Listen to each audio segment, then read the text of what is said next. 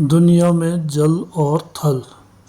नमस्कार मित्रों, आज हम दुनिया में जल और थल के बारे में जानेंगे।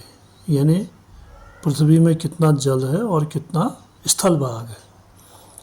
हमारी पृथ्वी को नीला ग्रह कहा जाता है क्योंकि इसका अधिकांश भाग जल से ढका हुआ है। पृथ्वी पर जीवन के अस्तित्व में जल और थल दोनों का अत्यंत महत्वपूर्ण योगदान है। पृथ्वी की सतह का लगभग 71% भाग जल और 29% भाग थल है। जल मुख्य रूप से महासागरों, समुद्रों, नदियों, झीलों और हिमनदों के रूप में पाया जाता है। पृथ्वी पर 5 प्रमुख महासागर हैं: प्रशांत महासागर, अटलांटिक महासागर, हिंद महासागर, आर्कटिक महासागर और दक्षिणी महासागर।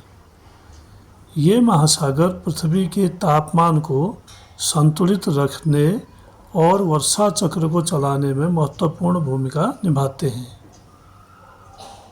थल पृथ्वी का वह भाग है जहाँ हम रहते हैं। इसमें महाद्वीप, पर्वत, मैदान, पठार और मरुस्थल शामिल हैं। पृथ्वी पर 7 प्रमुख महाद्वीप हैं: एशिया, अफ्रीका, उत्तरी अमेरिका, दक्षिणी अमेरिका, यूरोप, ऑस्ट्रेलिया और अंटार्कटिका। इनमें एशिया सबसे बड़ा और ऑस्ट्रेलिया सबसे छोटा महाद्वीप है। ऑस्ट्रेलिया सबसे छोटा महाद्वीप है, आप समझ रहे होंगे। जल और थल एक दूसरे के पूरक हैं। जल के बिना जीवन संभव नहीं है और थल के बिना मनुष्य, पशु पक्षी तथा वनस्पतियां अपना जीवन नहीं जी सकते। नदियां खेती के लिए पानी प्रदान करती हैं, जबकि थल पर उगने वाले पेड़ पौधे हमें भोजन, ऑक्सीजन और अन्य आवश्यक संसाधन देते हैं।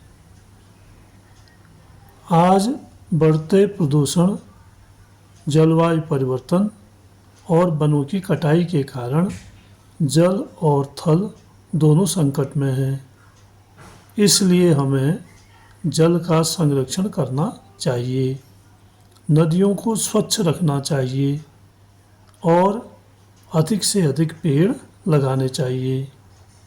अंत में हम कह सकते हैं कि जल और थल पृथ्वी की अमूल्य धरोहर हैं। इनके संतुलन से ही जीवन संभव है। इसीलिए हम सभी का कर्तव्य है कि इनके संरक्षण में अपना योगदान दें। अब आप समझे होंगे कि ये जल और थल एक दूसरे के पूरक हैं और जीवन जो है इनके संतुलन से ही संभव है।